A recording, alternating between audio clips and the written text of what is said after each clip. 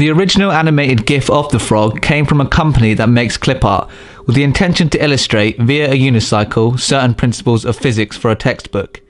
This was solely for educational purposes, therefore the visual aspect of the meme has no conscious message. It's just absurd, which makes him distinct from most cartoon character memes, as he isn't referencing some nostalgic kids show from our past. He is a self-made character. Taken out of that context, then shared online, and the final ingredient being the added captions, "Here come that boy" and "Oh shit, what up," suggests an ironic meaning by some connection to contemporary slang, when really there isn't one. He's just a collection of randomly disjointed elements. This, I think, relates that boy to the post-irony movement, a term that came into use inspired by some essays written by the author David Foster Wallace. The philosopher Slavoj Zizek, in relation to ideology, often recalls a story about physicist Niels Bohr. In Zizek's book, First as Tragedy, Then as Farce, he says that when surprised at seeing a horseshoe above the door of Bohr's country house, a fellow scientist exclaimed that he did not share the same superstitious belief that horseshoes kept evil spirits away, to which Bohr snapped back, "I don't believe in it either. I have it there because I was told that it works even when one doesn't believe in it." This is indeed how ideology functions today. This is why we dismiss fundamentalist believers as barbarians, as a threat to culture, as they dare take their beliefs seriously. And I think this also relates to something by Ted Chiang in his book Stories of Your Life, in which he says, according to speech act theory, statements like "I promise" and "you are under arrest" are performative. The speaker can only perform the action through uttering the words. Anyone at a wedding anticipates the words, "I now pronounce you husband and wife," but until the minister says them, then the ceremony didn't count. So it's like as if these psychosomatic phantoms work just through enacting the very rituals themselves. Post-irony can be described as the return from sarcasm, which instead of openly pretending to tell the truth, with post-irony I would openly pretend to be sarcastic, when actually I would be trying to suggest I mean what I say. This technique or literary device of adding another layer of irony can be used in multiple ways. In what could be differentiated as meta-irony, it's used to obscure one's own personal view of the truth with incessant hand-wavering and distracting word games. This may be since in the pervasive presence of deconstruction, it's easier to openly mock something than to commit the sin of potential naivety.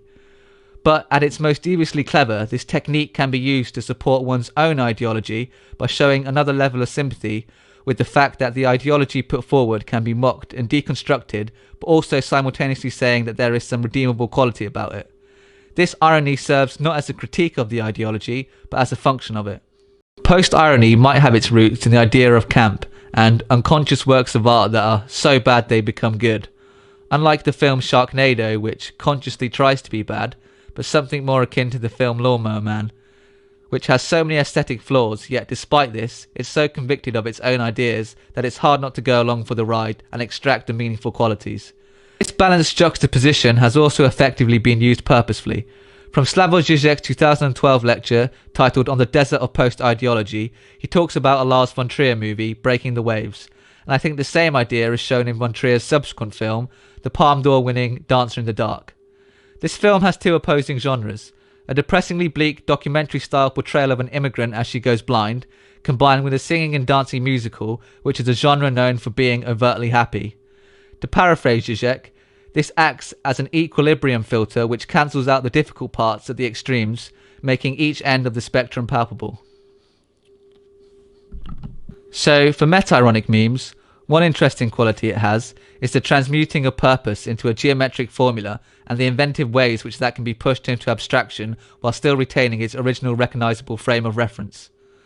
Though this quickly runs the risk of infinite regression, as the process can accelerate the cannibalism of the meme format with intentional disregard for structure and meaning.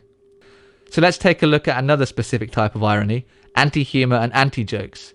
In meme format, this would take the shape of using the image macro structure commonly used in memes incorrectly on purpose.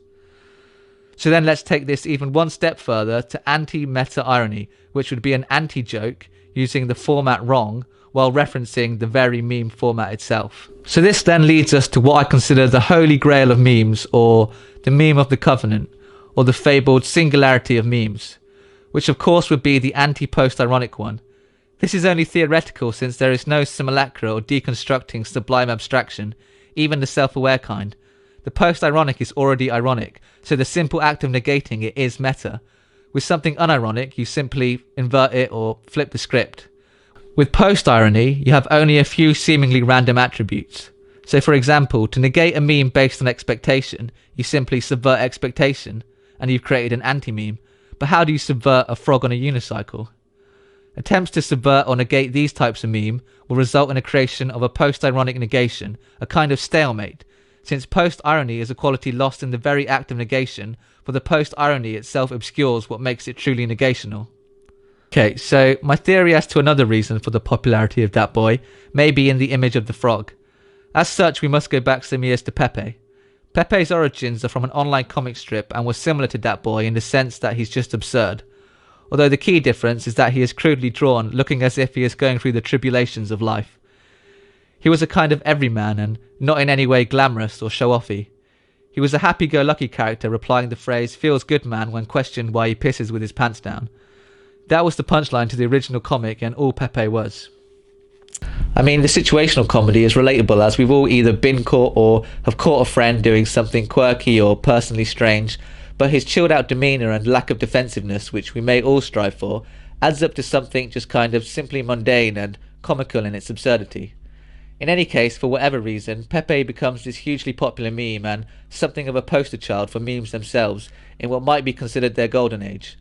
Up to the autumn of 2014, when message boards started sharing rare Pepes which were collected satirically and traded ironically like Yu-Gi-Oh cards, making meta memes of the normies' adoption of memes and an attempt to keep the normies at bay.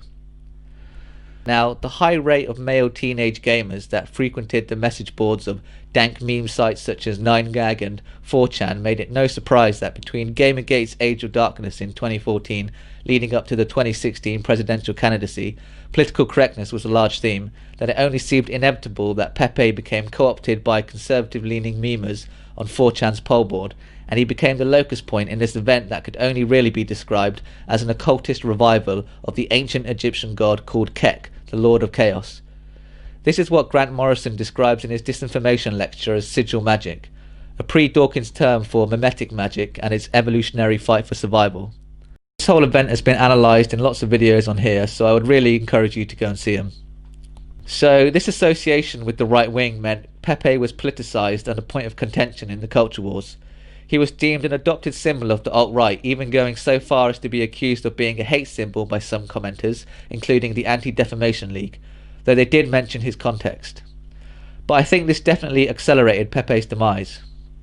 Now, in the unicycle riding frog we see in Dat Boy, on one level it may be the enjoyable elements are random, but the reason for it becoming a widespread hit might be caused by something else. So let's take a look at those phrases.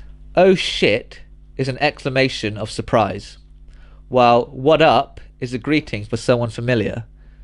Then "here come Dat Boy" is a statement of informing the arrival of said Dat Boy, that is once again declaring an old friend.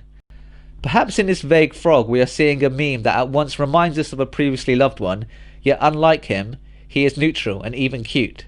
He lacks any of Pepe's smugness and grotesqueness that was introduced over time, and the unicycle further signifies he comes in peace, with no clear political or pathological motive. It's as if Pepe has been reincarnated or resurrected a clean slate, or like the phoenix born again from out the flames.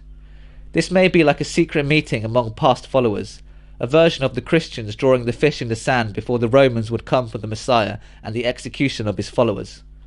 Or this could be completely unconscious, as there's no explicit reference to Pepe himself, who may have died for our mimetic sins. Thanks for listening. You've been watching Fish Finger Serial Killer. And remember, we don't have memes. Memes have us.